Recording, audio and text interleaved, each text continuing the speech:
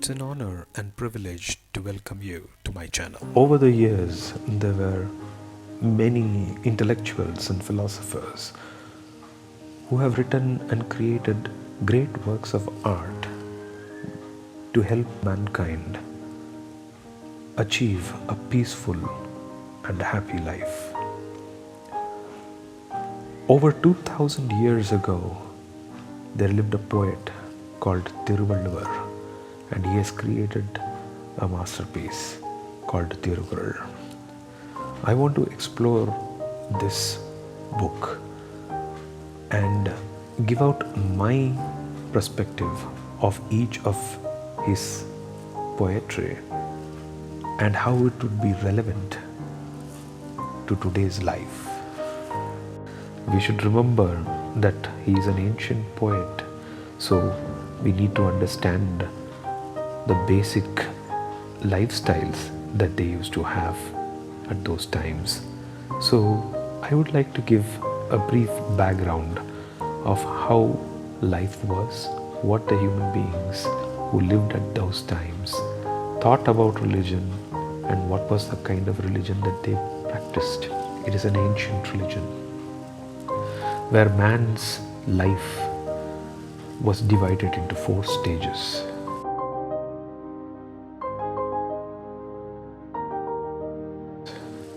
The first stage was of a student,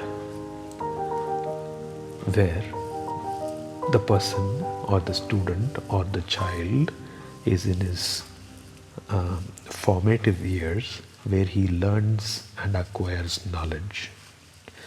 The second stage was that of a family man, so that comes after the student life, where he gets married and has children, and he interacts with his elders, his juniors, and his society.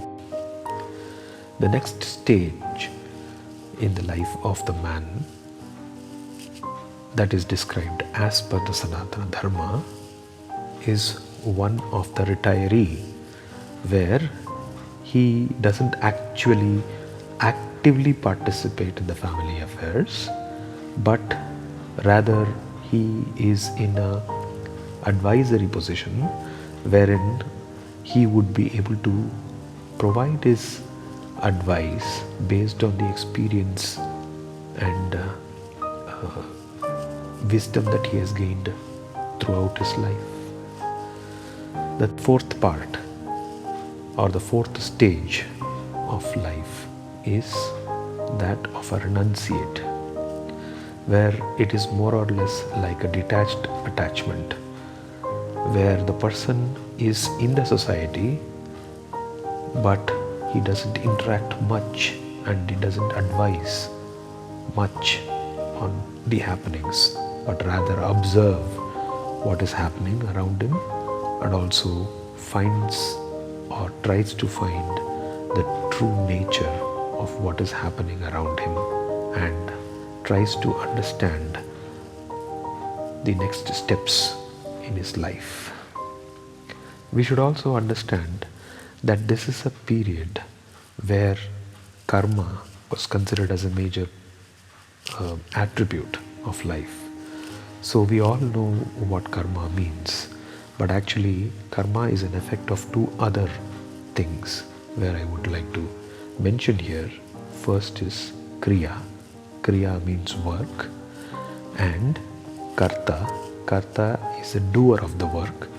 So when the doer of the work, karta, does a work, kriya, the effect of that work being done is called as karma. So karma can be of good nature, or if that person does something wrong or he does some harm either to himself or to others, then it becomes a bad karma. So it is not segregated like good karma or bad karma, but it is generally told as karma. So this is where we can understand of the kind of life that people were living in those times. Then we have this guidebook wherein our great poet Thirukkural has given the Thirukkural.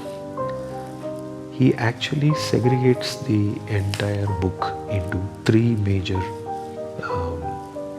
sections. The first section is called as the virtue. The second section is called as the social and economic section, and the final section is called as the section that talks about love. Now, how these sections are segregated and how each of these couplets in the poems are written, so I don't want to go into the technicalities of how the poetry is written, because there are lots of materials and lots of research already been done on this. So if you are more interested on those things, please go ahead and check it on the web. It is widely available and it is freely available. The main idea of me wanting to explore this epic is, I want to give out a simple and an easy way to extract the essence of what I think, or according to my understanding, the poetry actually tells, instead of actually translating or transliterating the verse. I would want to give out the essence of what it actually tells. So I think that would be better and more useful, and it could be easily understandable, more fruitful and helpful.